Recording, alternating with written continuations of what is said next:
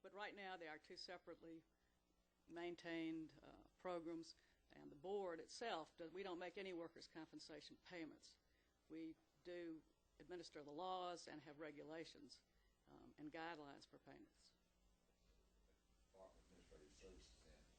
They're the ones that write the checks, yeah. Checks, so they would have something basically in there to cover the workers' comp claims. For all state employees, no matter what the injury.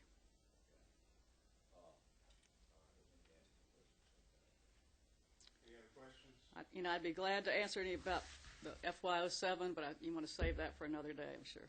I have a couple questions. Okay. You know, we talked earlier about this workers' compensation fee schedule. Right. I did have some questions about that. I guess about 4.5 years ago, the burden reimbursement levels were removed from that, and apparently the board's trying to put those back in.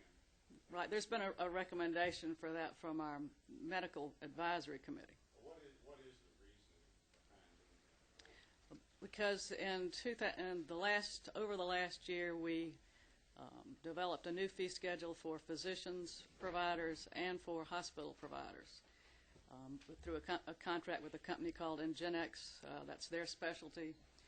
And they produced data, and they met with our medical advisory committee on the physicians fee schedule, which was rolled out, Stan, in 2005. July 2005. The hospital fee schedule came out later. Without the burn codes initially, the medical committee has asked that be studied and looked at too, and to consider putting those back in there. That's an issue before the board, and we're consulting with policy analysts, the governor's policy staff, as well as Department of Community Health. On that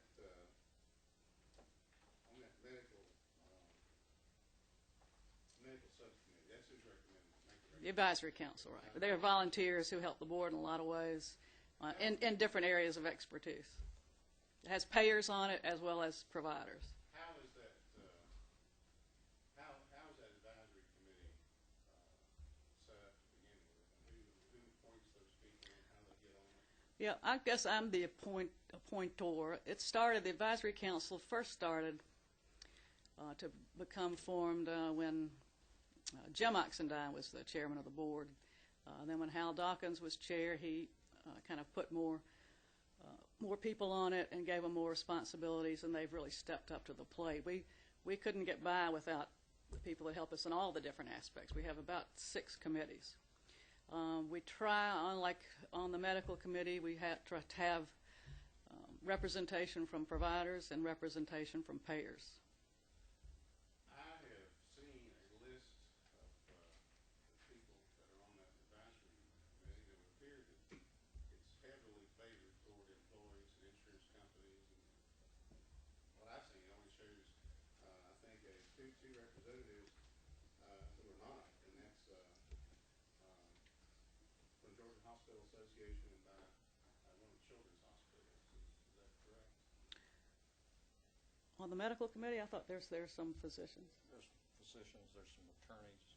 The Georgia Hospital Association, Joe Parker, that's the whole, he represents the whole Yeah, I can get you a copy of the entire list, but there are several physicians on there as well. How many people are on it? On the medical committee total, I'm not sure. We try to have each entity represented by someone, and a lot of times, like, I'll get a letter from someone saying they'd like to be on, or I'll get a letter from someone saying they'd like to resign, they're too busy, or someone doesn't come to any meetings over a year. We send them maybe a nice thank you letter. I want to ask you, are the reimbursement levels in the fee schedule, are they actually set at hospital charges, or how does that work? Well, I might get Stan to help explain all the math that goes into the DRG code. It was based on charges from hospital. Georgia Hospital Association provided Ingenex with the numbers that they used, and our goal was to keep the expenditures budget neutral for all business and payers. Budget neutral meaning we didn't want to spend any more money on the fee schedule than we did in the past. So Georgia Hospital Association gave all their numbers to Ingenex, and they crunched the numbers to come up with a fee schedule based on a methodology that's pretty involved, but it's methodology that's used in Medicare and Medicaid and other. But we use that as a baseline methodology to start with. Okay. Well, I'm looking at a section of Georgia Code, and it would appear, from what I'm reading, that would be in conflict with what the code says. The code says, if I say the word pecuniary liability of the employer for medical, surgical, hospital service, and other treatment required when ordered by the board shall be limited to such charges as prevail in the state of Georgia. Of what a person would pay or something, I think it would go on to say. And then, I don't know if that's in 204 or 203. 203. Right. And then in 349205, the statute provides that the board shall adopt guidelines for payment of a fee schedule in a geographic area. Our geographic area we chose is statewide, just in the way kind of Community Health did when they did their hospital reimbursement for Medicaid. And it says that we can consult with medical advisors, and so that's what we did. Well, I guess as it, I don't want to stop anybody asking questions, but just a couple more. I guess as one of the reasons I'm asking, the most important reason I'm asking these questions is how it might affect the state budget. And it would seem to me that going with the fee schedule, it's not based on charges, that there would be a lot of mediation and litigation that would occur in the future. Isn't that true that you could actually be coming back and asking us at some point for money, or actually just having to spend state funds for the additional mediation and litigation that might occur? Right. Actually, the main litigation or mediation that we have over charges is over those charges that are not in the fee schedule. Just one final thing. And again, and I'll say again, under the code and under the law, the fee schedule is a guideline. It gives the payer gives the employer, I can pay this and not be subject to penalties. It doesn't mean that somebody can't ask, for more. That's my point. Right, but right now they ask different ways, and we do a lot of mediations. That's the point I'm trying to get to. It's a guideline, and therefore it would invite itself, it would seem to me, to more costs through mediation and litigation, because there would be the difference between actual costs Right. and the fee schedule. And what I've seen, and I won't go on about this, but from what I've seen, there would be tremendous amounts of differences. Isn't that true? There could be. I mean, generally, if you go under your health benefit plan to a hospital or a doctor, and you get the bill and you see what the bill is and you see what your plan pays and how they discount it, I mean, that's really how the way that really works for all of us in business or for the state. Well, I appreciate the answer. I do Okay. answer that. So the medical advisory board they've made recommendations. Right. Is that right? Where in the process is this right now? They make recommendations. What happens next? When will that happen? Well, I guess right now it's really with me and Judge Massey and Judge Drew, and along with the governor's policy staff. So there's no, you can't give us a clue when it might. If the recommendation's been made, is it something that might happen next month or next month? It could. 6 months from now? It could. We would like to get an answer one way or the other within the next 30 days. Yeah. Well, one final question. All right. Do you feel We can have another final question, as many as you'd like. Yeah. Okay. It's fine. I'll leave it optional.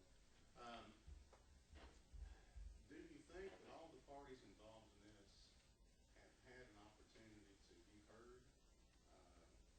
I assume this medical advisory board has had some kind of hearings. They've had meetings, and we've had several meetings, on this topic in particular, with participation from everyone, including the Augusta Hospital. People just come in and sign. I wasn't fine for it. This is a sub-question. You're right. Okay. People just come in and sign up for it to speak, or how do they get? It's informal. They can come and talk, and we want as much data and as much hard data as we can get. We want to make sure that the workers' comp reimbursement is reimbursing somewhere in the range of, other insurance plans, whether it's the state health benefit plan, and we've gotten some numbers on what the state health benefit plan reimburses to this hospital, as well as Medicaid. But we want to be, comparative to to a regular insurance plan. That's why the state health benefit plan is one guideline, and what other insurance PPOs would pay. We want workers' comp to be competitive with that, right? We don't want the cost on the employers to be too high because it's a mandatory coverage. They don't have any option of carrying it or not, and we want the providers, whether institutional or individual, to get reimbursed in a similar manner as they would be reimbursed by other insurance programs. We just think that's fair. Well, thank you, and I hope that we would hope that all parties would have the opportunity, would have the opportunity. Right. We're always open to receive more data. We've got more data on this than. It just seems to me, I know that a couple of years ago, maybe some of the other members of the subcommittee, we went down to Augusta and we went through that firm. I mean, it's no question about the quality of the facility at all. We wouldn't want anything to happen to bring the quality of that facility down, the treatment that they provide. Just a terrible injury, terrible. I just couldn't believe that we walked through there. Right. And I've been provided over the last 4 or 5 years lots of pictures from them. but we are concerned about, of course, it's our job, it's our mission, it's our assignment to be concerned about taxpayer money, how it's how much Right. we spend and how much we might incur by different actions. So Right. we are concerned about that. We have a concern about these proposed changes, and I would ask you to notify us. I would ask you to notify me and the members of the subcommittee and myself, in ample time before you take any action.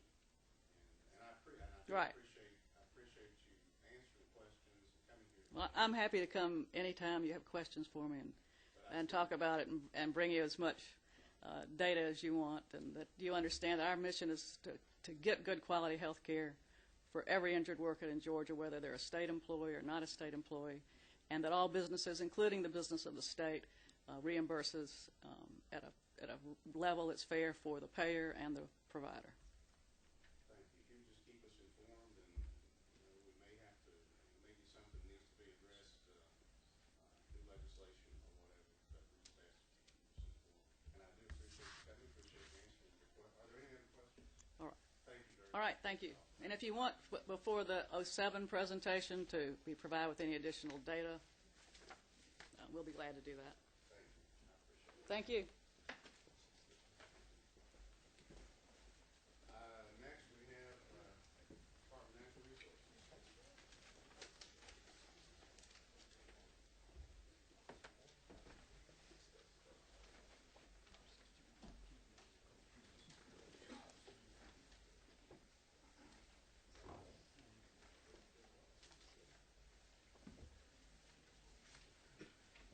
Thank you for coming today. We all know you. If you've introduced yourself and tell us the mission of the Department of Natural Resources. Thank you, Mr. Chairman, members of the subcommittee.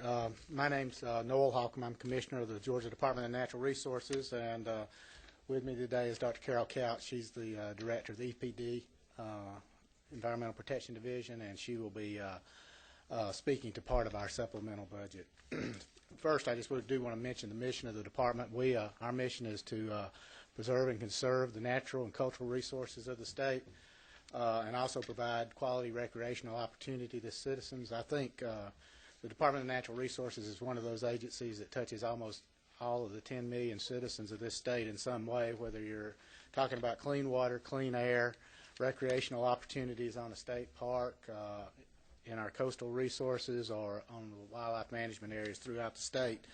We have several divisions that provide these customer services: Historic Preservation Division, Parks and Historic Sites Division, the Wildlife Resources Division, Coastal Resources Division, Environmental Protection Division, and the Pollution Prevention Assistance Division that works primarily with industry to reduce the pollution stream coming from those industries.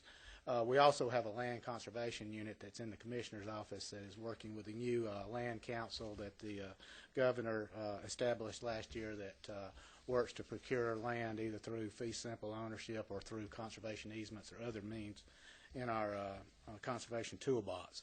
We've got about 3,000 employees in the agency. That's including all the divisions. We manage well over 1 million acres of land. About 300,000 of that is state-owned. We're here to talk about the supplemental budget, and unless there's some questions about our mission, I'll move into that.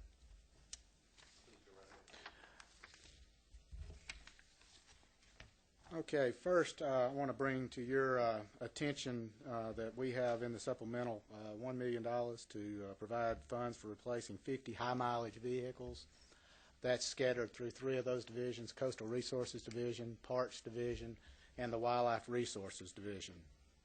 Secondly, I want to mention a $665,966, which is a payment that we will receive.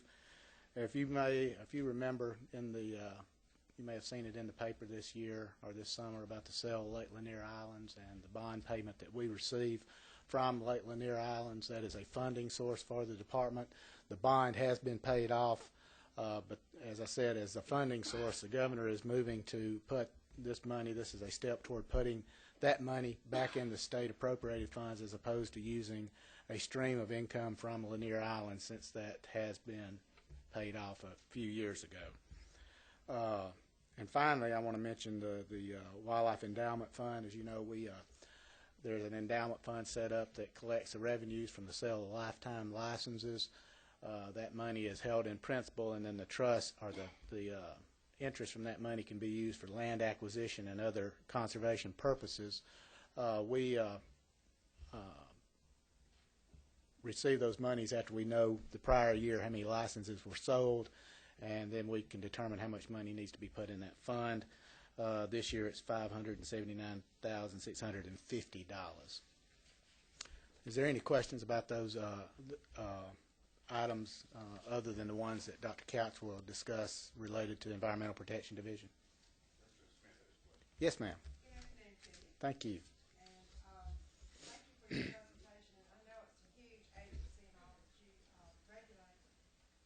At times, I have heard them refer to the Wildlife Endowment Fund. Does this money in any way go to any other private organizations or anything like that? There's just been some confusion at times about that. Well, I think you may be confusing that with another fund. This particular money is fairly new. No money has ever gone anywhere from this fund. It's fairly new. There's only been $180,000 of interest accrued over the lifetime of this project. I think you're referring perhaps to the non-game fund. There's no state dollars in the non-game fund. We generate all those dollars through fundraisers, the tags that you see on the road with the eagle and the flag. And the answer to that question is no. There's no money goes to any other sources. We use that for funding non-game programs throughout the state of Georgia, but no, Is that in the category? no, there's no state funds in that program. It comes under the Wildlife Resources Division, but there are no state funds in that program. Because at times that's where we're here in the room. That's correct. All right, so absolutely no money is going. Absolutely no money. Thank you. And the vehicles, when we're talking vehicles, when you explained that to me, you weren't talking Crown Vics, you were talking pickup. We're talking, yes, ma'am. The majority of our fleet is pickup trucks. We do have a very nominal amount of sedans. I think right now on my list of individuals in the Wildlife Resources Division, and that's really the only place where there are any sedans. There's about 10 people out of the 600 or so people in Wildlife Resources that could have a sedan, and those are colonels in our law enforcement because they travel and carry people to various meetings. About 90 to 95% of our passenger vehicle fleet is pickup trucks that you associate either with state parks operations, wildlife management operations, or law enforcement conservation rangers in the various counties. And you explained the other thing is pretty much their offices. Yes, that's correct. And you're just a large agency, which explains that, and you have extensive knowledge on this. Absolutely. We have not received any appropriations for vehicles in our agency since I believe 2002. Consequently, most of our vehicles are at least 4 years old, but 90% of our vehicles are about over 5 years, 135,000. This is a very modest step in getting us on the right track, and we're very appreciative for this. Yes, sir. Following the tracking sheet on that, I'm looking at line item number 208, I suppose. I see the governor's recommendation is 39,000, you're asking for an additional million. No, sir. That is a little bit confusing. We're asking, the governor's recommendation is $1 million. As you look through your tracking sheets, you'll see that show up in 3 places, I believe. There is 208 is for vehicles for coastal resources. Then if you look down to line 224, you'll see vehicles for parks, and then flip over to the next page, line 231, where the bulk of the vehicles are, is vehicles for the Wildlife Resources Division. Those 3 lines total $1 million. And you speak of pickups, I've seen a few pickups that have a King Ranch medallion on them. There wouldn't be any of those. There wouldn't be any of those. In fact, most of them are just the custom cab. We do have a handful of crew cabs, but those are exclusively for use for our K9 unit, so the dog has a place to sit. But they're all basic pickups. Yeah. Any other questions? Any other questions? Representative Smith. And I'm trying to understand what happens when you have state funds that you're able to match and put down federal dollars. And I guess where I'm going with this, and it's not intended to be a softball question, but can we improve that? Can we bring down more federal dollars to our state if we have more state funds? And where would you like to? The short answer is yes. The longer answer, I'll probably have to get some specific information from you, but I think what you're alluding to is that we get a great deal of money from federal appropriations, and those involve a match. Some of them are 50-50 match, some are 3-to-1 match. Pittman Robinson funds for wildlife resources, for every dollar we put up, we get $3 from the federal government, based on a pool of money that's that is determined by the size of the state and the number of hunting and fishing licenses. So there are some of those federal dollars where we could earn more of them if we had additional state dollars to provide the match. Off the top of my head, I cannot tell you which of those funds we could tap into more dollars to, but right now, unless you know one off the top of your head, we'll get that to you. But I did not bring that information with me. And I'm going to this next question. Okay.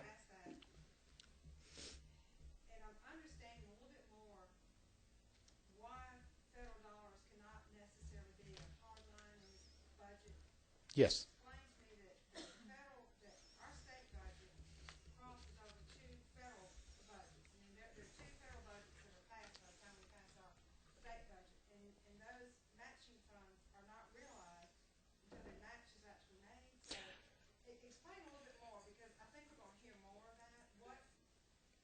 And that is a good question, and it is a very complicated question, and one I will try to answer, but you're right. The funds, for instance, that I just alluded to, the Pittman Robinson funds, are determined based on the number of licenses we sell each year. We have to send a certification to federal government that we sold X number of licenses. That's plugged into a formula that all the states compete for a pool of money. Obviously, the more licenses we sell, the more money we get, because the other part of that equation is land area.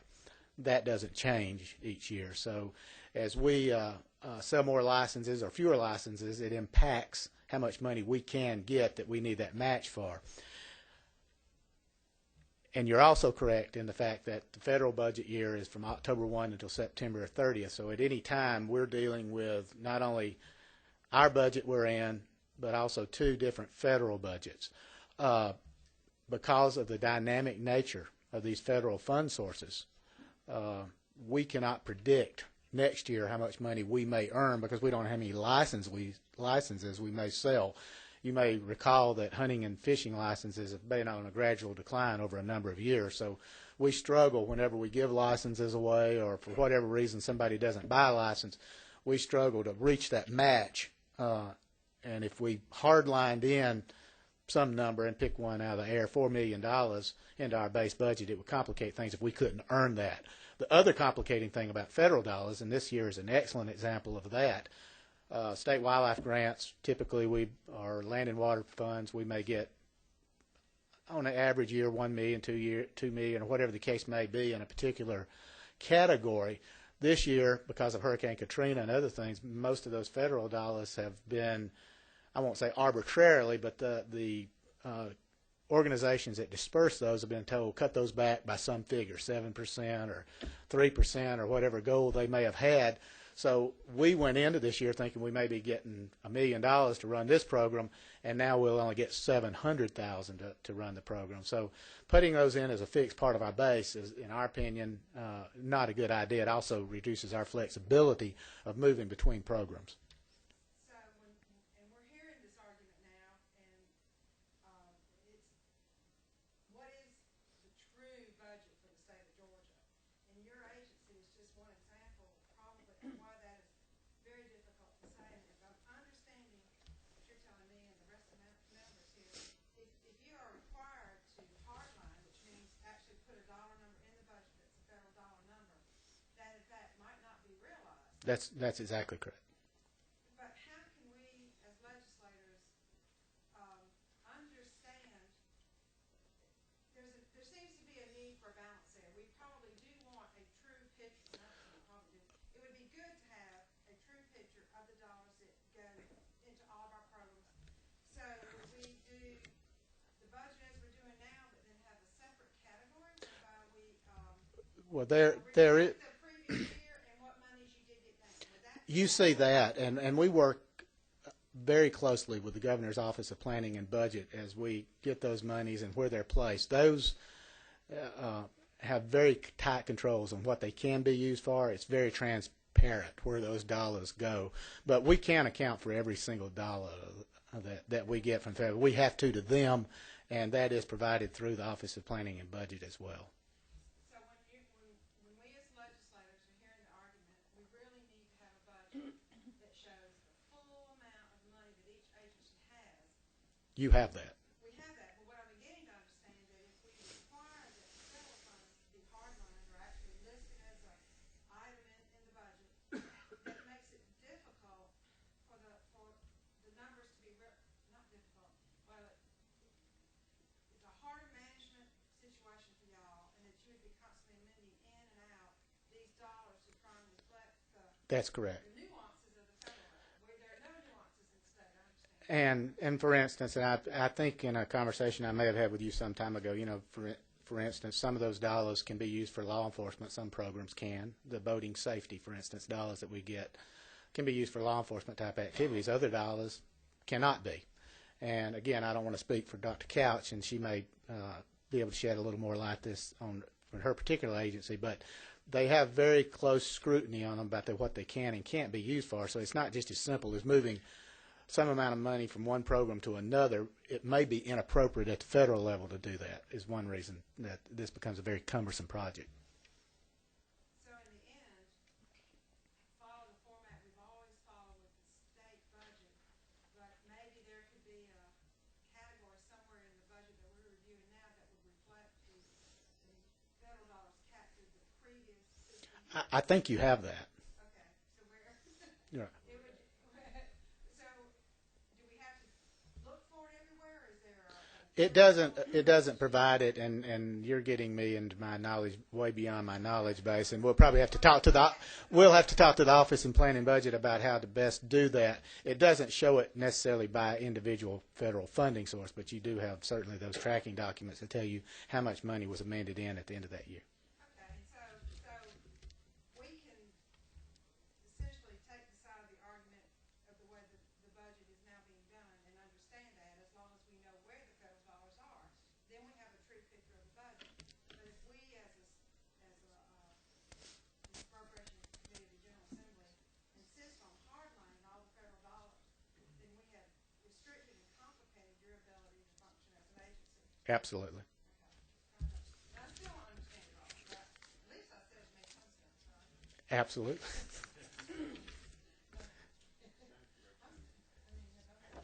I'm going to turn it over to Dr. Couch at this time if there's no further questions. I think we do have, did you have a question? Excuse me. I'm sorry. I want to pass this on to Dr. Couch because I think Representative Smith and I were listening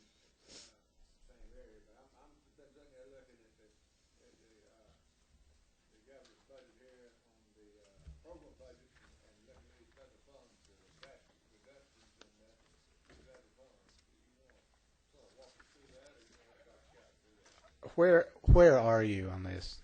I'm working off of the little calculation that says that you don't have it on this tracking He's looking at the governor's documents.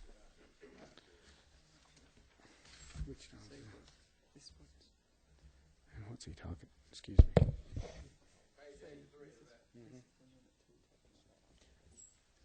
This gets to what we were talking about last year. The Senate put we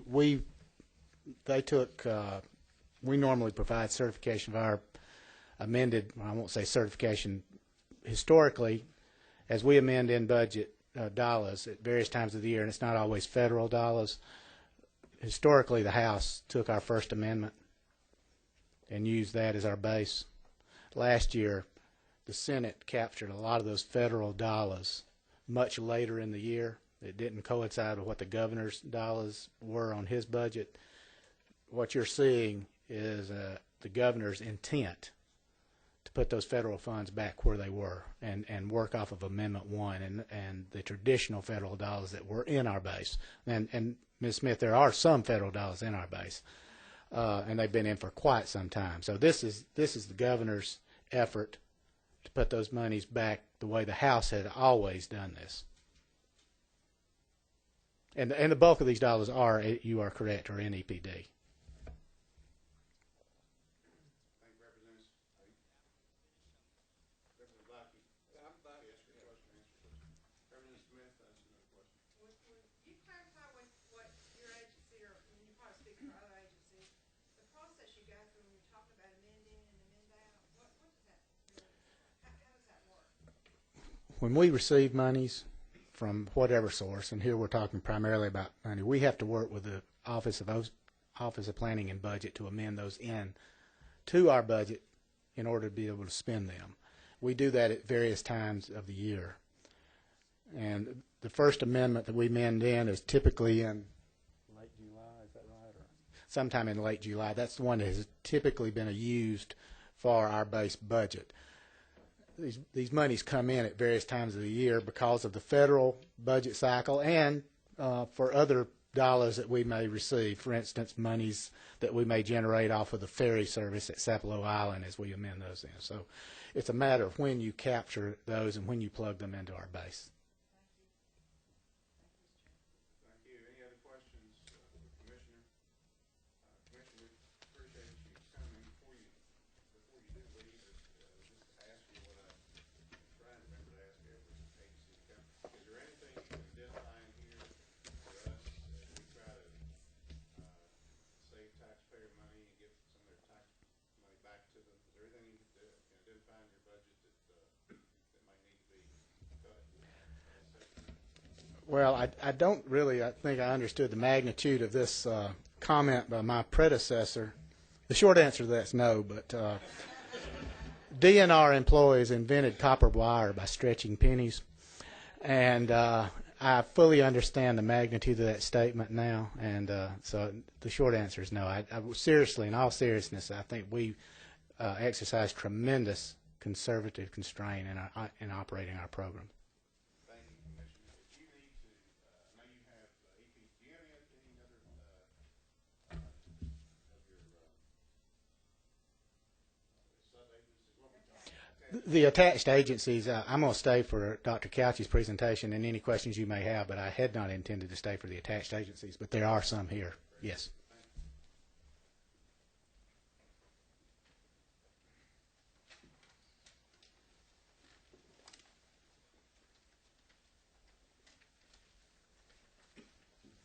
Thank you. If you would introduce yourself to us and tell us a brief description of the mission of your agency.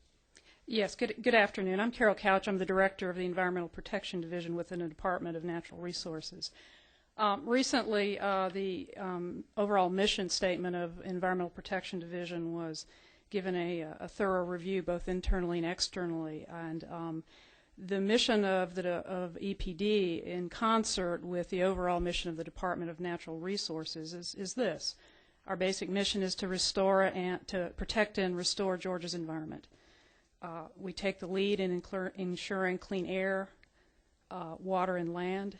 With our partners, we pursue a sustainable environment that provides a foundation for a vibrant economy and healthy ecosystems. The overall scope of activities we have in the department is, on behalf of the citizens of Georgia, to administer about a portfolio of about 26 federal and state laws that are comprehensive of both regulations in the area of air, land, and water, as well as other types of responsibilities that relate to safety of the citizens of the state of Georgia. An example of that might be our Safe Dams program.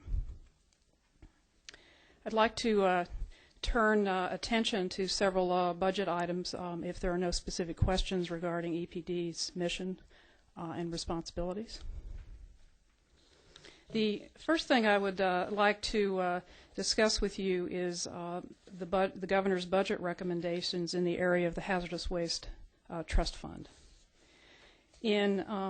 Before speaking specifically about the recommendation in the governor's budget, I wanted to overview for a minute the authorized uses of the Hazardous Waste Trust Fund. There are about 4 basic uses that are applied, for which the trust funds are applied in statute. One basic application is the providing assistance and support to a sister division of the Department of Natural Resources, the Pollution Prevention Assistant Division, which by statute receives 10% of any of the fees collected that have been appropriated to EPD. Pollution Prevention Assistance Division provides important services to assist industries in the state to actually reduce emitted pollution in their processes. The second major application for which the supplemental funds that we're requesting and that the governor is requesting are actually for the major second purpose I'll be discussing. The statute provides that local governments are eligible to seek reimbursement for costs associated with investigating and cleaning up contaminations from old landfills. The kinds of things that they might do with those funds include treating groundwater, which would include pumping, treating, monitoring. Long-term sampling and testing of these contaminated landfills through time is necessary to assure that they are stable and not growing in extent and properly managed as far as the potential spread of contamination into the air, land, and water. The funds are also used by local governments to cap and seal landfills, to install recovery wells, trenches, and do other kinds of engineering that require to stabilize and manage through time of these legacy landfills. A third application of the funds are for purposes of actually supporting the work of EPD to provide the operation of the program. EPD staff do a diversity of functions. We provide technical oversight both to cleanup activities that are being conducted on hazardous sites that are abandoned by private parties. In addition, for private party landfill cleanups, we work with a diversity of engineering companies that have been hired to clean those up to provide oversight on corrective management plans. We're also involved in compliance monitoring and review. Finally, resources are applied to abandoned landfills that have no responsible party and for which the state of Georgia acts to provide resources through the trust fund for cleanup. In sum total, currently, there are about 253 landfills that are across the state of Georgia that are under the category of having local government responsibility and would be therefore subject to being available for reimbursement of costs to those governments for cleanup of those landfills. Of those, 123 have contamination to such an extent that they're actually listed on the state's hazardous site inventory. They become listed on the site inventory in relationship to objectively assessed degree to which there's actual risk to citizens drinking the water or being exposed. And generally this involves the landfills being in proximity to community or domestic drinking water supplies. Most of the sites that local governments are eligible to receive reimbursement fund under the fund are related to landfills that historically predate the time of required liners of the landfill, so they are unlined. The purposes and uses of the Hazardous Waste Trust Fund are comprehensive of these activities. The focus of the governor's recommendation for supplemental funding this year is largely to address the reimbursement to roughly 104 local government applications for their costs associated with one or more of the type of purposes that I discussed earlier. In sum total, the amount of the request that is in the governor's proposed budget of a little more than $8.3 million would largely go to reimbursements of 104 local governments. 10% of that amount by statute would go to P2AD, and a small amount of that, less than $200,000 in total, would be applied toward continuing work on one additional ongoing hazardous waste cleanup, which is called the Hargis site in Wilkerson County. That provides you an overview of the trust fund in general, its purposes, and specifically on the intent of the application of funds requested in the FY06 supplemental. Be happy to answer any questions on that.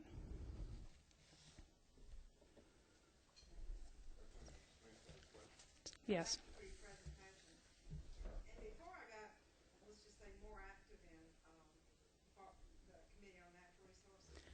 I have no idea what P2AD was. And for all of us here, it is a very pro-business, very active organization. Could you explain, it's an agency, so could you explain in a little bit more detail, because I didn't understand its importance to good business in Georgia. P2AD stands for Pollution Prevention Assistance Division. It is a division of the Department of Natural Resources. The origin of the division was, and its statutory focus, if you will, is to reduce the amount of hazardous waste generated in the state of Georgia. In order to accomplish that, it does a number of things. First of all, it provides a diversity of technical resources to businesses to help them achieve reductions in pollutants and hazardous waste generated, and so that is largely their focus. I can provide a lot more specific information on that, but every dollar that is applied and able to be used by P2AD actually has a direct effect on the bottom line of a large number of Georgia companies. A reduction in the amount of waste that they generate is one less resource that they have to invest dollars in disposal of. So it has benefits not only to Georgia's environment, but also directly influence the bottom line of industry in the state. And it's a voluntary program. They join it? It is a voluntary program. It is also a program that, since I've come into this position 2 years ago, I've sought to work with the division director, Bob Donahue, in partnership to achieve some enhancements to how the activities of P2AD can be advanced to actually incentivize a greater environmental compliance on regulations. And we've been working with P2AD and in Region 4 environmental offices here to analyze the extent to which good performance and reduction in compliance and regulation can actually be, in a sense, incentivized and rewarded by a flexibility in some of the regulatory requirements we have. So that's an active area that we're examining at the moment. You're welcome. I'm looking at the way it's worded on these lines about expenditure for the Hazardous Waste Trust Fund and its movement to the Environmental Protection Program. Mm-hmm. Always was. And what does that mean? Well, That's an excellent question, and I'm glad you brought that up in conversation. The programs of the Department of Natural Resources are organized in divisions, and we have programs. And so our programs are our hazardous waste branch, our land protection branch. These are your programs in the way that our budgets are organized. What we're trying to do here is reconcile the fact that our program budgeting is not really consistent with the fact that these are trust funds. They're funding sources. They're not really programs. We manage them under programs, and so we're trying to essentially bring in line the fact that these are funding sources, not programs. So it's really a misnomer to be calling them programs and having them itemized in the budget because they're funding sources.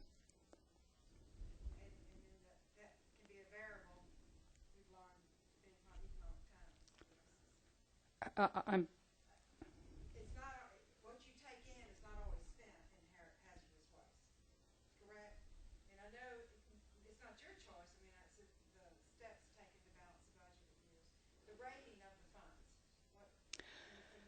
I believe what you're speaking to is the we have collected over the last several fiscal cycles more in the fee sources that go into these trust funds that have been appropriated back.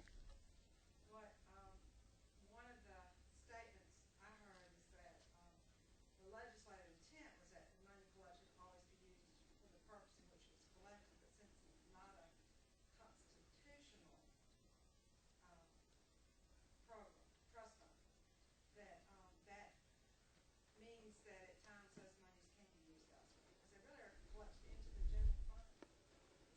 I don't know if I'm getting this right or not. Well, the fees that are collected are accrued to the general fund and accounted for under the trust funds.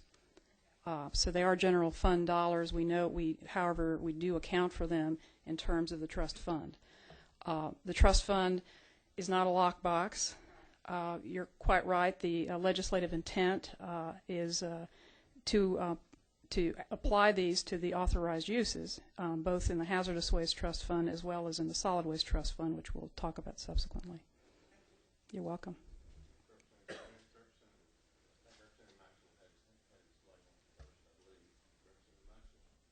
got into sort of questions I was going to ask. Thank you for being here, ma'am. And I'm having a real hard time understanding this. Mm-hmm. I'm going to get track of documents. She was talking about 311, 312, and we look at let's move 214 to start with. Move undesignated object class and fund sources to properly pay expenditure. It looks like we were taking away $49 million out of your Environmental Protection Agency. If I'm looking on page 83 of the governor's budget. So that's $49 million. You're going from an $86 million budget, $20 million state funds, and it looks like giving back nearly $50 million in federal government money. What's the deal with that? Well,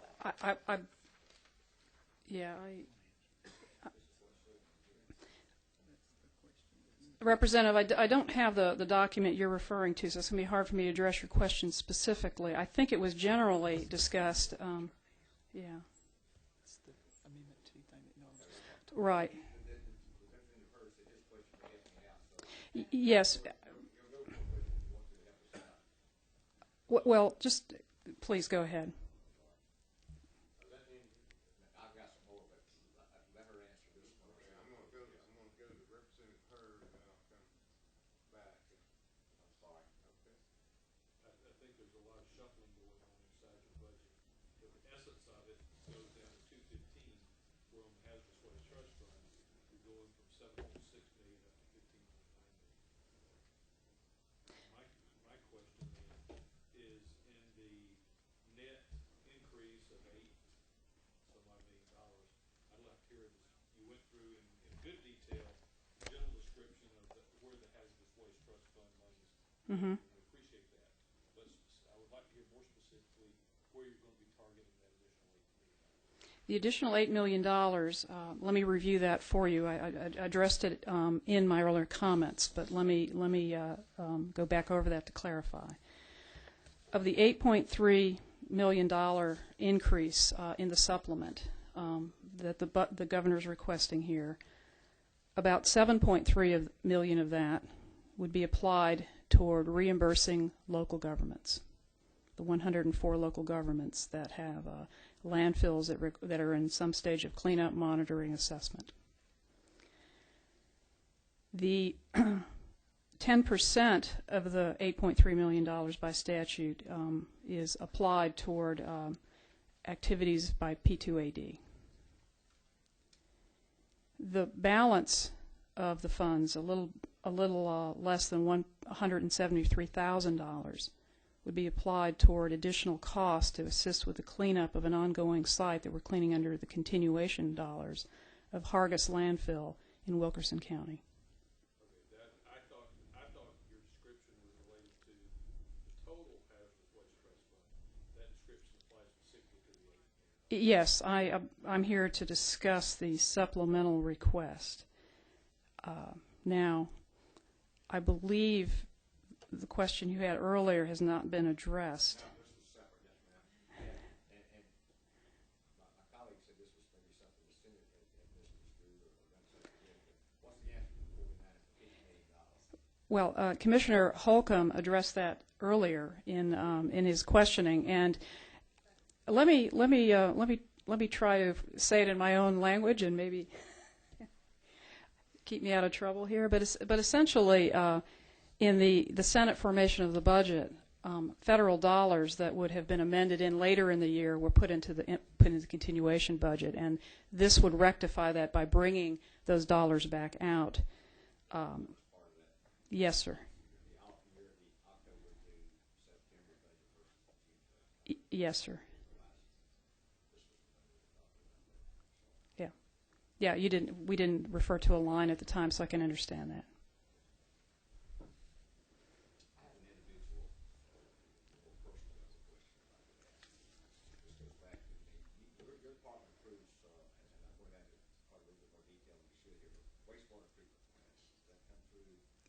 Yes. Different types of permits related to wastewater treatment plants. Yes.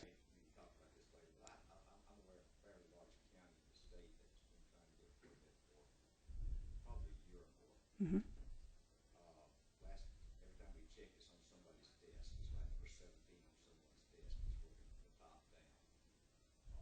Can't get any answers back because he hasn't gotten to that level yet. Two problems I have when the people talk to me, so they ask for an information sheet or a checklist when they come in to apply for the permit. There's no such animal. You just fill out basically what you think I'm going to want to look at, send it in, I'll review it.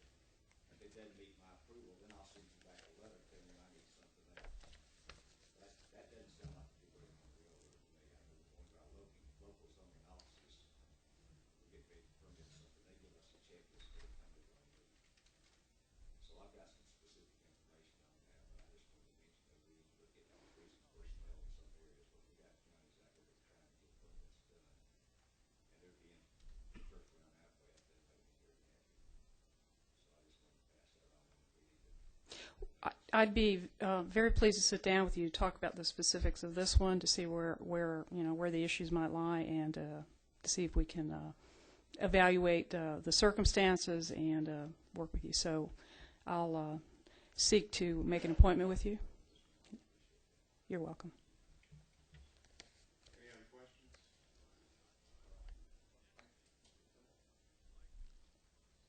Representative Black. Back to the question of these solid waste fees and hazardous waste fees. What's the total effect for this year? Let me get that for you. In the Hazardous Waste Trust Fund, we are collecting this year, for 2005, which is the last statistic I have, the Hazardous Waste Trust Fund was $15.9 million in fees collected.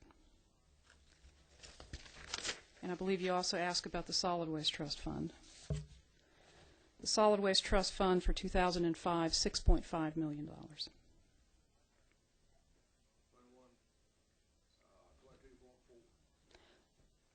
Pardon me? I believe that would be right. And we're spending $8 on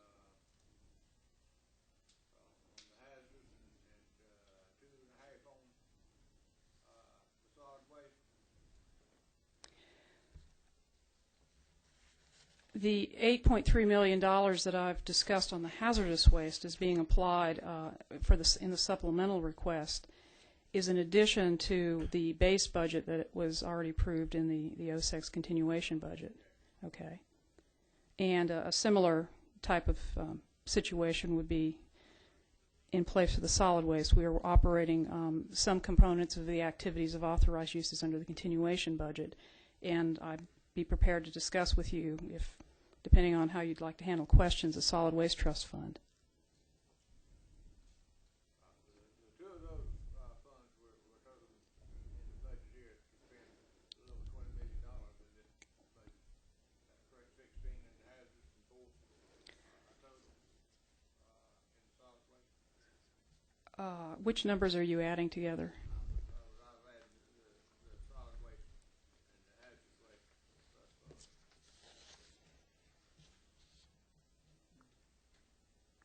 It's on page 84 of the governor's budget, which may not have. I do not have it.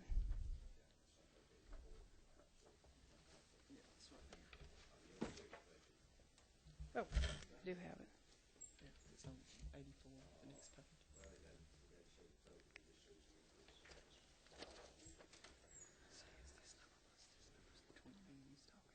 increase. Okay, thank you. I understand your question now. The continuation budget for the Hazardous Waste Trust Fund is $7.6 million. The supplemental budget for the Hazardous Waste Trust Fund I just overviewed for you would be the 8.3, totaling a little bit more than $16 million. For solid waste, our continuation appropriation for 06 was 1.5, and we have a governor's recommendation for $2.5 million, which would bring the total spending for 06, if approved, to a little bit more than $4 million, or in total, a little bit more than $20 million. Where I was at with that, we're still putting a little over $2 million out of fees and collections. And converting them into the general, keeping them in the general fund. They all come into the general fund. There is more collected in total fees than is under this recommendation.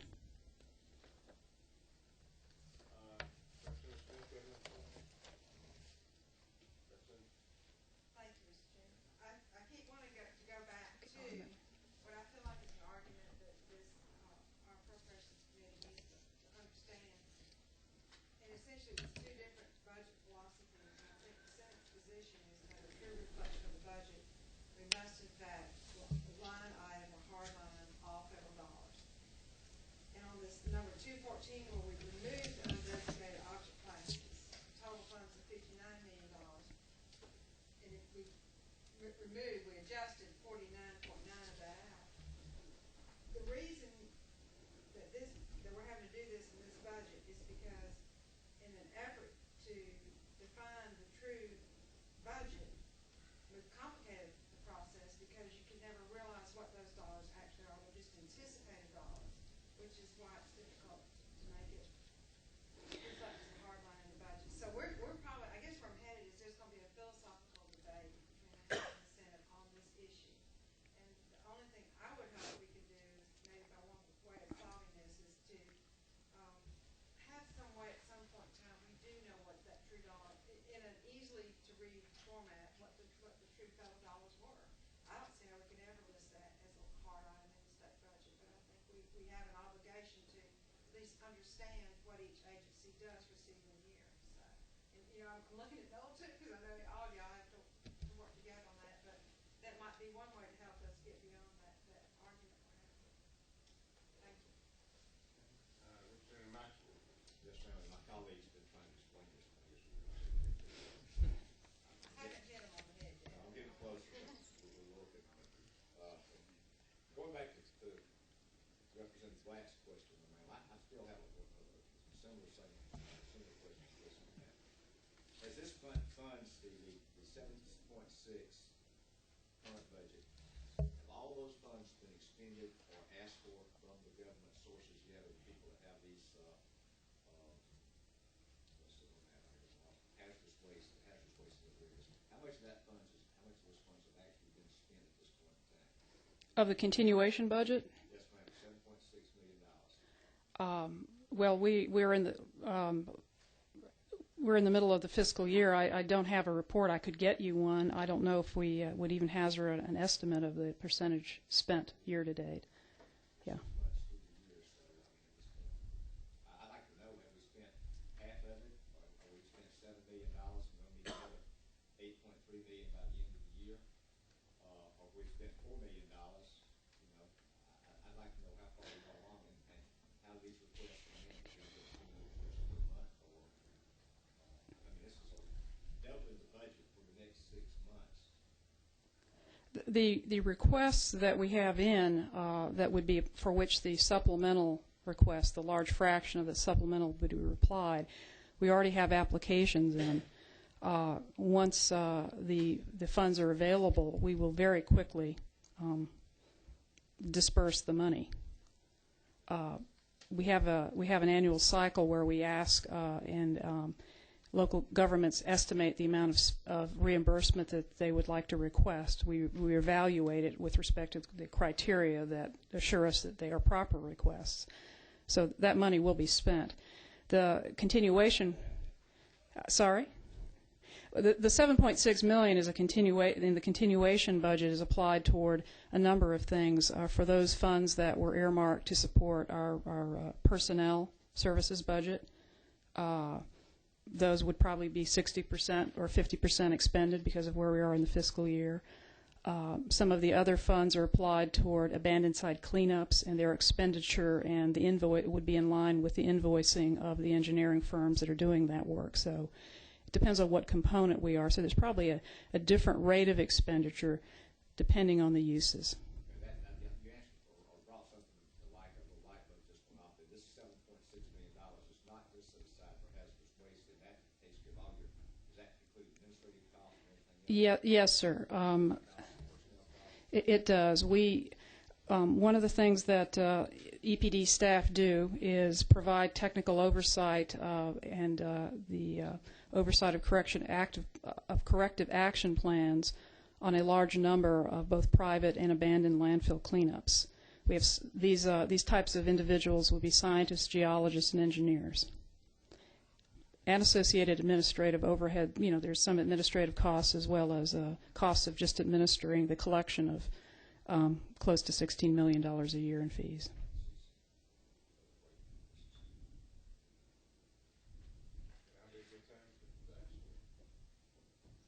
Will we see a breakdown of the total expenses in these areas? Absolutely. Absolutely. Be happy to provide that to you. That's all I got. Thanks. Representative Hill. Okay, thank you very much, Mr. Chairman. You just mentioned, Dan, that this extra $8.3 million was to fund some requests that you've had, and then you said this was an annual cycle pretty much. Mm-hmm. Is this annual cycle where it normally fits with the mid-year budgeting? Like, I mean, right now we're doing this mid-year, and if it's an annual cycle, do they normally turn them in about the same time? So this would be a continuing timing on the annual cycle at the mid portion of the budget? Or did I mishear it? No, I think that's largely correct. Until the amount of appropriated funds into the Hazardous Waste Trust Fund was seriously reduced 3 fiscal cycles ago, it would have been normal for a certain fraction of the program dollars that were appropriated for the authorized to come in the continuation budget, and somewhat on the order of half to come as a supplemental. So this request with the continuation and the supplemental is very similar to the way the trust funds fees were appropriated up until about 3 fiscal cycles ago. So this would kind of put us on track in the kind of the normal course of business in receiving and dispersing the funds. I guess it seems that I know that the desire of the governor and the committee is to do as little bit as we can at the supplemental budget level and trying to do everything that we can on the big budget.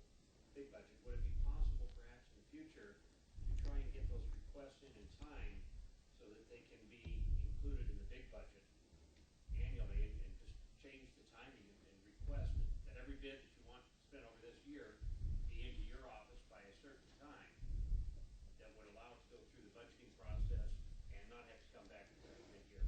Well, I can't be definitive on that, but I'd be happy to examine the way we would, be able to determine the reimbursable amount in light of the budget cycle. I think that's something we can examine. Be glad to do that. Easier for us to look at and feel more comfortable with. It was brought up at one time. Thank you very much, Mr. Chairman. Thank you, Representative Hill. I wanted to ask, I don't see any lights on right now. I wanted to ask about, and you're not looking at the same sheet I am, but the request for $600,000 for the ongoing water-related litigation. I'm just wondering, this kind of relates to the question Representative Hill asked. Are these for charges,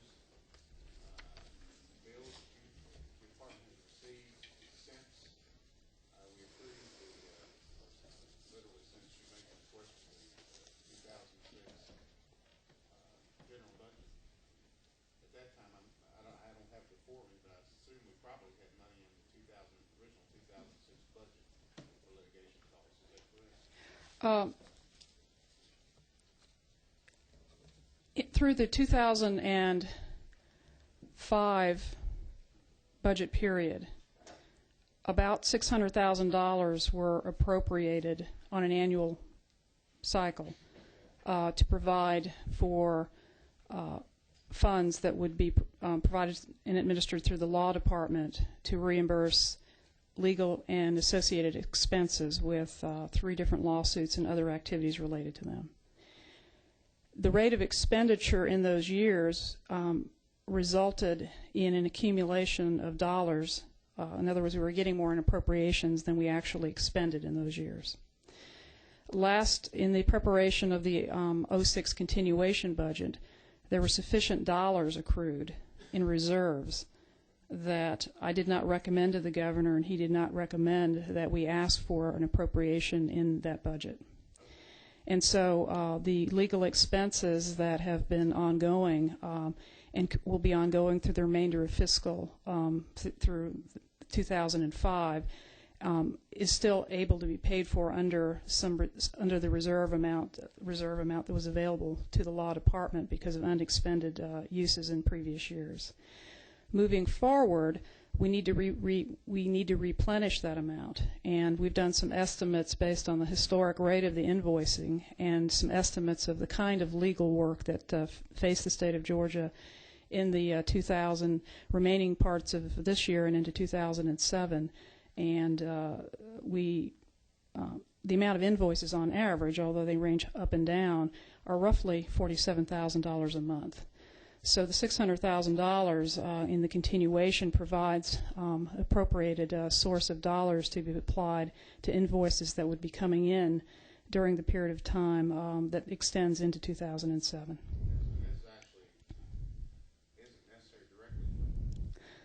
We're not reimbursing here. We are appropriating dollars that against which we will be obligating and invoicing in the future.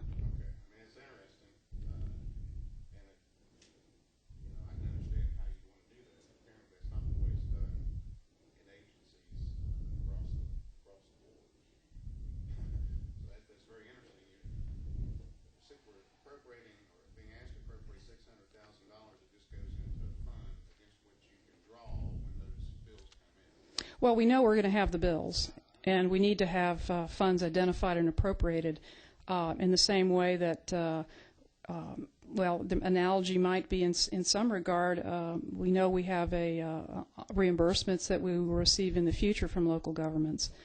And, we anticipate that amount from year to year, and either through the continuation budget or through known requests at the time we do the supplemental, we're able to target that more precisely. But let me ask you about this litigation. I assume that this is to pay lawyers who the law department has hired contracted with. Is that correct? The Attorney General, Yes, the Attorney General has established a Special Attorney General designation through McKenna Long and Aldridge to provide additional legal expertise to support legal services related to the settlement agreement for Lake Lanier, a suit brought by the Alabama against the Army Corps of Engineers, to which Georgia is a party, and also a lawsuit brought by Georgia against the Army Corps of Engineers. In addition to that, those particular cases, the legal service are assisting the Attorney General and the Governor and Governor's General Counsel and myself in legal advice on other matters that relate to assuring that Georgia's interests are being met in FERC relicensure and other matters that are related to the operation of the Chattahoochee and Coosa systems. In those cases, in this case with these expenses, though, the law department has made a decision to hire the outside law firm. It wasn't something that your department requested. I mean, it's just something that in the litigation process, the law department doesn't have the personnel to the lawyers take care of it. They saw the need to hire outside lawyers. Yes, and that's commonly done. Well, I believe EPD was probably consulted at the time. This special attorney or SAG agreement has been in place for some time. You're welcome.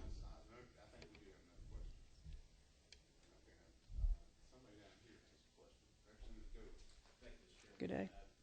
Dr. Couch just had a follow-up from the litigation. Mm-hmm. Can I not turn? Well, it's turned on. You'll have to use that other one.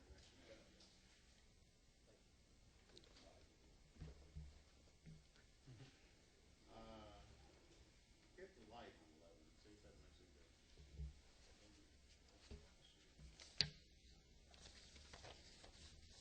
Representative Goins, we were anticipating this. It's all right. Dr. Couch. If you would like to use move to another one? Or if you No. Okay. You want this one? I'd be happy to share. Okay. Just a brief follow-up from the litigation-related question that the chairman brought up. These, and just for clarification, the special assistant attorneys general that are appointed, they're appointed by the attorney general's office whenever a state agency is sued. The attorney general, of course, is the attorney of record with the Correct. agency and enjoys the attorney-client privilege with a particular agency in general in the context of litigation. That being said, can you give the committee an idea of how long these, I think you pointed to 3 specific suits, 2 of which the state of Georgia is a defendant, 1 of which the state of Georgia is a plaintiff, correct? We're not necessarily defendant, but we are parties. We're friends. Okay. Can you give us an idea generally of how long those 3 particular actions have been going on? The suit brought by Alabama against the Army Corps of Engineers, to which the state of Georgia is an intervening party, was first filed in 1991.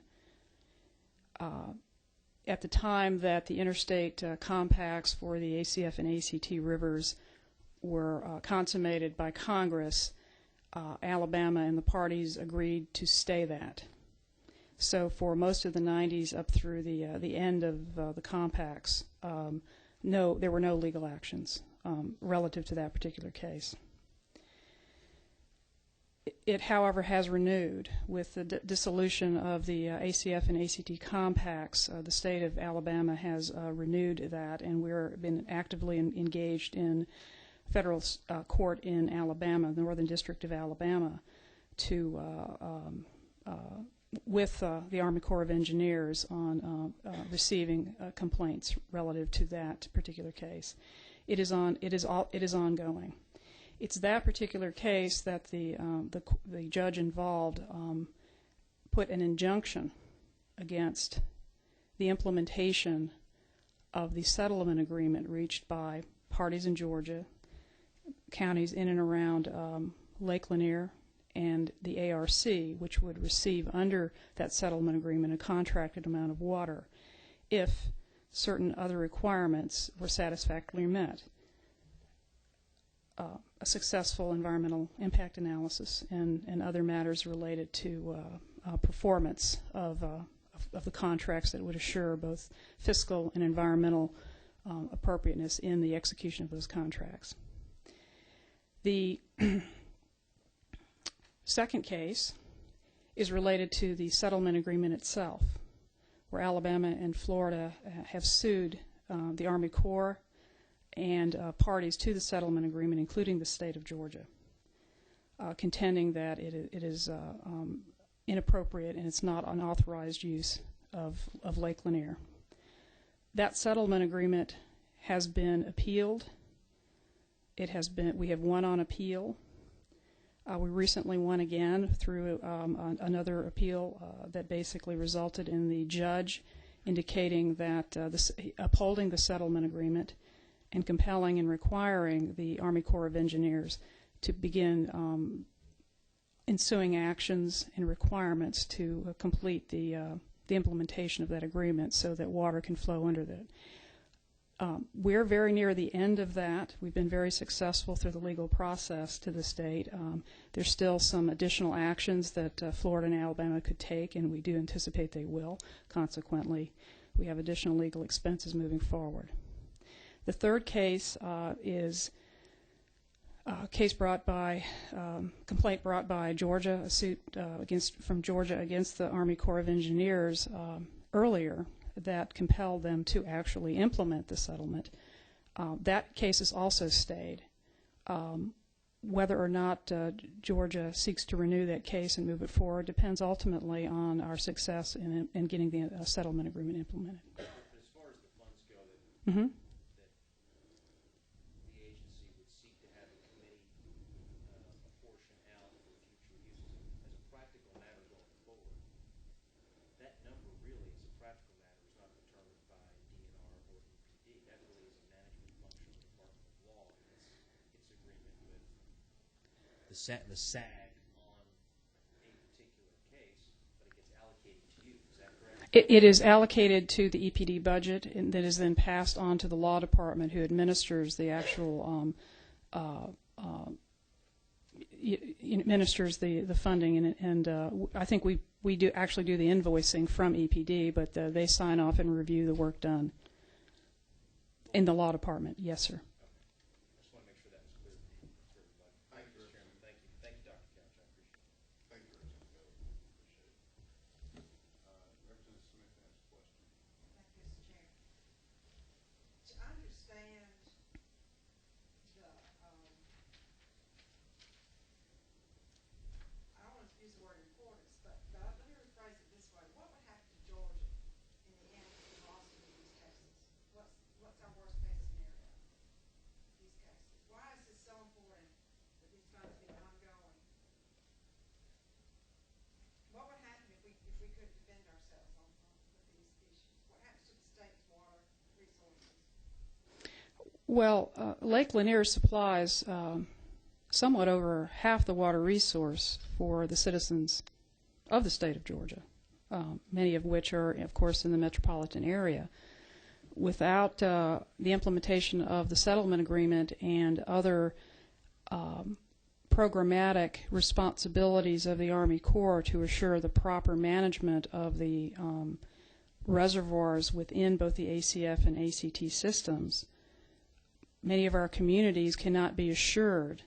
I'd say half of Georgia could not be assured of a stable source of water and therefore a stable ability to know what kinds of water-related infrastructure would need to be invested in. So essentially, these funds are, in a sense, committed funds and will continue until we have resolved these issues throughout this process. At some level, to the extent that the compacts did not resolve our interstate issues between Florida and Alabama, it's very likely that there'll be legal avenues taken by both of those states, one or more of those states. The appellate court judge is from Alabama or in Alabama? The appellate is the 11th Circuit Appeals Court in Washington, D.C. And where's the Alabama? The How do we get in front of Alabama if we first try to make our case? Well, these are interstate waters, and the Alabama court has been successful in Alabama has been successful in arguing that it is an appropriate jurisdiction. In other words, round one is never weighed in our favor. So I don't want to put words in your mouth, but it's just complicated. It is, but please remember that with the appeals of the settlement agreement being upheld, we have a major victory and now a court order that would compel the Army Corps to follow through on its obligations. Thank you, Chairman Smith. I don't see any lights, and if you get out real quickly, you might not have any more questions. Thank you so much for coming, and thank you for answering our questions to me today. We appreciate it. Are there any more questions? No. Thank you. You're welcome. Are there any other aspects to the departmental resources here that would like to speak?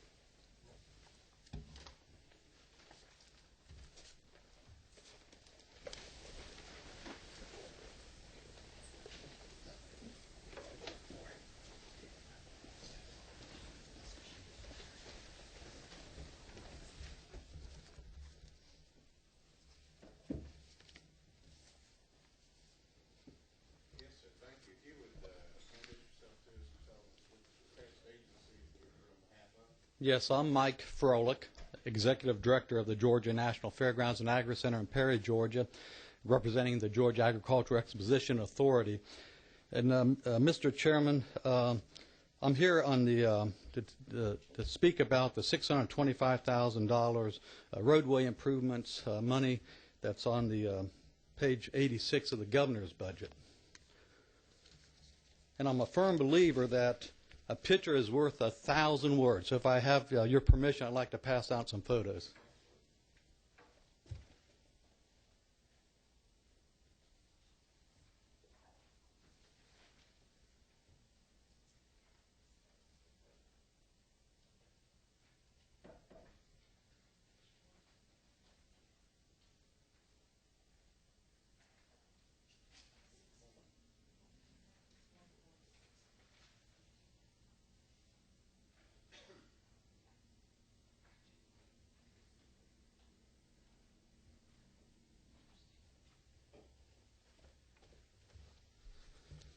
Chairman, members of the committee, the mission of the Georgia National Fairgrounds and Agricenter is basically fourfold.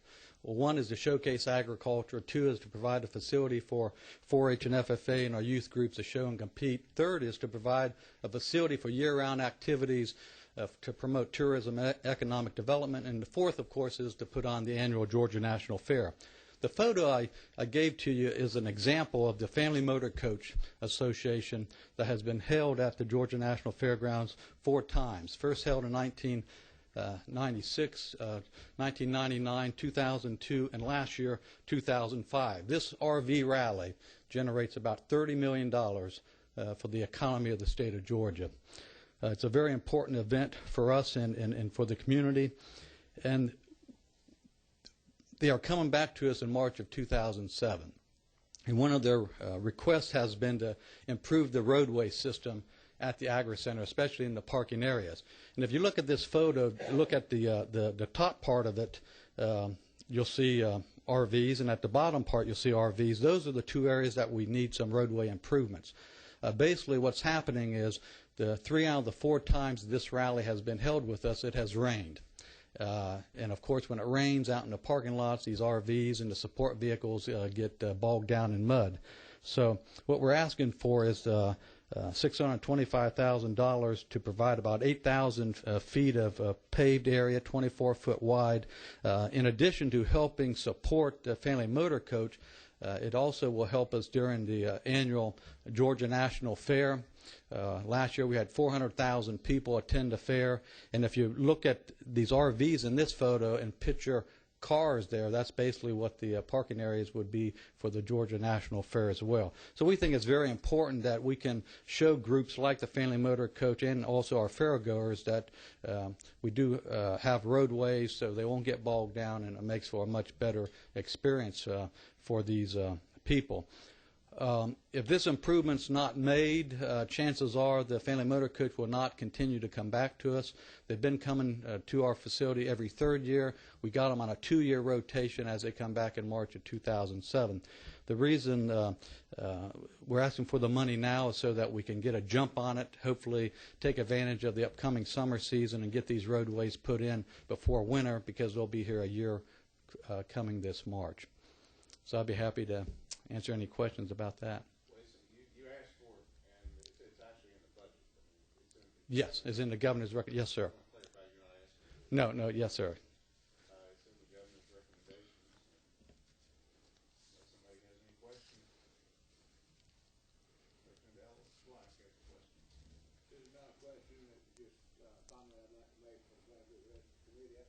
I serve on the legislative oversight for this authority, and I think that we need to commend Mike because they have been moving this operation to a higher percentage of its budget being self-generated.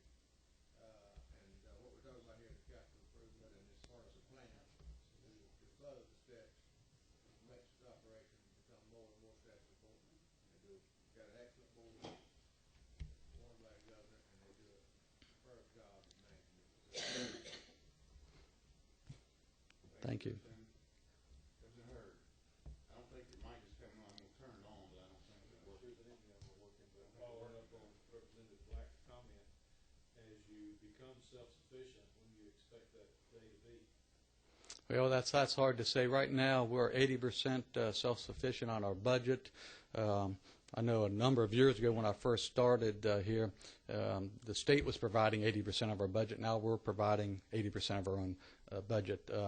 When you look at the big picture, we do, one of our main missions is to support 4-H and FFA activities and so forth.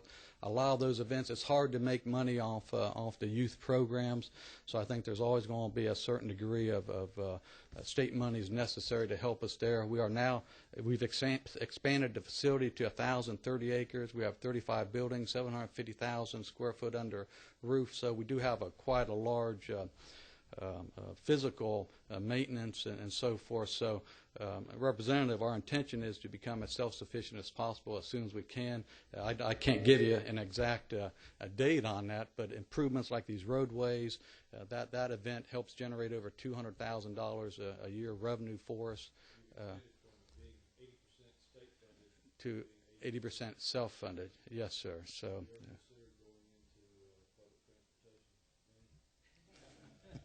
I'll leave that for someone else to answer. Thank you. I don't see any more lights.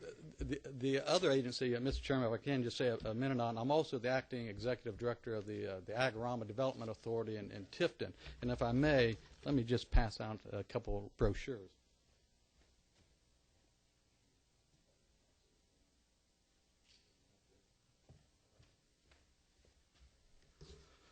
Basically, the Agorama down at Tifton is a 95-acre site. It's the historic village. It's the museum. The State's Museum of Agriculture is located there. A few years ago, myself and my staff got involved with it. We do have a full-time program director and staff down in Tifton. But basically, in the governor's recommendation, it calls for $300,000 in improvements. It's quite a site. Hopefully, you all have been down there, but we're talking about 1870s to 1910 historic village, blacksmith shop. We've got a woodworking mill, a printing press, schoolhouse, an old church. I mean, it's quite a facility down there. It's very impressive. We have a lot of students and school groups that come through that facility. It has not had any major improvements besides the Museum of Agriculture. That was completed last year. and that is the State's Museum of Agriculture. It's quite a facility, but we do need money for general improvements and some maintenance, and this $300,000 would help us upgrade the electrical requirements so we can have more festivals and things down, arts and crafts show, to help generate more money in that regards. We need a new restroom for the school groups at the east side of the grounds. So basically that's some money that we need to make general improvements to the Agorama down in Tifton. So I'd be happy to answer any questions on that as well. Representative Black has a question. Have y'all had any discussion down there about removing that berm or dirt along that highway? That's a good question. I'm a firm believer that if you can see the facility, you get more people through it. If you take a look at the Agricenter in Perry, we have almost 1 mile of frontage that you can see from the interstate. When you go south, especially to the Agorama, there's a berm up there. If we could get someone to take down that berm, you could see the beautiful new building. You could see the site a lot better. I think it would help market the facility. And we do have areas down there on our 95 acres. We could take that dirt from the berm and fill in a bunch of low spots, and we got a lot of water area down there, a low-lying area. But that would be a tremendous improvement. So if anybody got any suggestions or got any inside contacts with the Department of Transportation, maybe we could slide that out and open up. I mean, it'd be tremendous. You'd have a tremendous view of the facility. None of that land is on the state right away. I can't answer that, but it's from what I know about it, you could take that down 10, 20 feet, and I mean, it'd be no problem. But I'm not an engineer, so I don't. Has there been discussion to make the developers think where about this dirt available when you get it at no cost? I dealt with a situation kind of about Oscar, and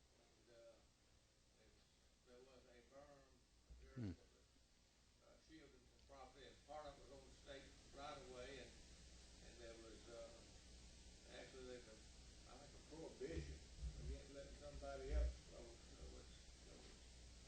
there to get that dirt, on there to go. And I know they had to bring the school board in. They could give it to the school board could get it, but the developers couldn't get it. But they got it moved. Mm-hmm. But it was just mainly letting the people know there was some dirt they could get there. But we probably could use that dirt right there on the site, probably. Yeah. Highway, so if it's not on the highway, it's on state property, because the state owns this facility. But I think, the authority is different from the DOT.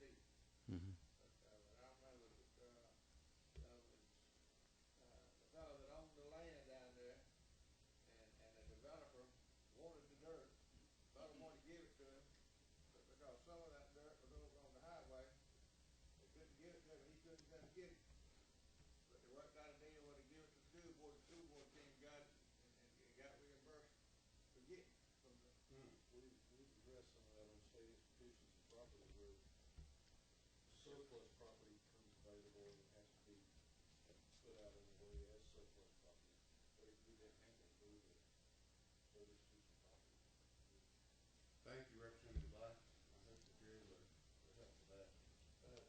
Yes, Short question. In Tifton, there's a Chamber of Commerce and there's a Bureau of Trade and Tourism. Visitors Bureau, yes. Bureau, Mm-hmm. of which I think the funding for the hotel, motel tax department. Yes. Is there any cross-funding with the Agorama between those two agencies? It seems that they are great beneficiary of the Agorama. Yes, the city has given us about $26,000 a year, and the Hotel Motel Visitors Bureau tax has given us an additional $26,000 a year. So it's a little over $50,000 a year that we're getting from them. Yes. Thank you. I don't see any other lights on. Thank you, sir. Okay, thank you. Appreciate you coming today. Do we have any other past agencies here? Yes, sir.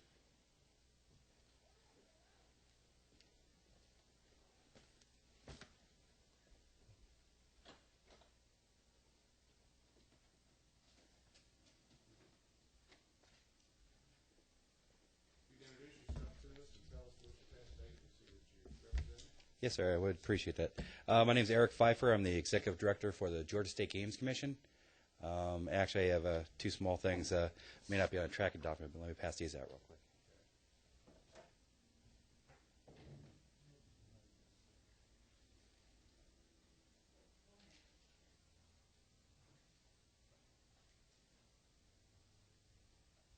Mr. Pfeiffer, I know it's not your fault. You're lucky. One of the last ones here, but I might say it correctly to be in your favor.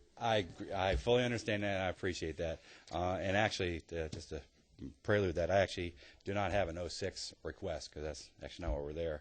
But I'll just give a little brief about who we are and a few of those things. Our mission is actually to develop, operate, educate amateur sports, physical fitness, and health for all Georgians. Breaking it down, we've got a few divisions: our physical fitness education division, sport tourism division, programming division, operations, and youth fitness. It's a combination with the physical fitness education division. We were created back in '89, basically as one of the predecessors to attracting the Olympics to Atlanta. That we were one of the prerequisites. We are very similar to my predecessor, who actually just was up here from the Agorama. As you can see on the appropriations history, we're based around $200,000. That was only cash. We actually do a tremendous amount. Actually, our overall budget, if you put it together, would have been about $1.7 million.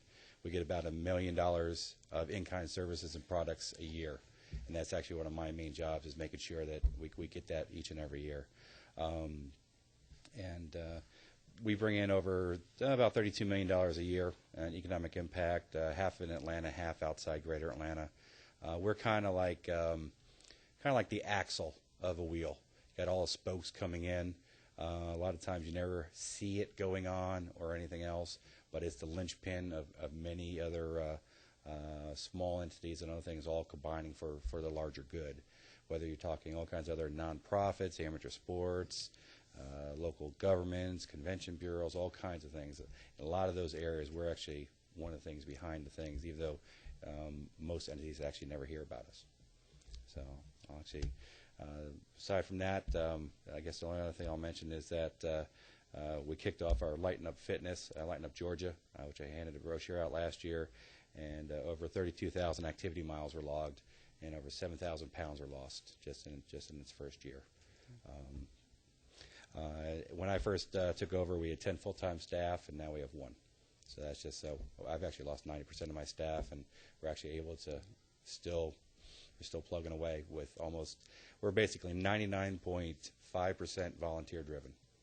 I'm actually the only individual that actually has any type of pay. So I'll open up to any questions you guys have. All right, thank you. Thank you. I appreciate you coming today. I don't see any questions, and thank you, sir. Okay, I appreciate it. Thank you. There couldn't be many more. Is there any other attached agency? I believe that that concludes it, and concludes this hearing today. And this meeting is adjourned. Thank you. Thank you, Mr. Chair. And we meet back here. No, we meet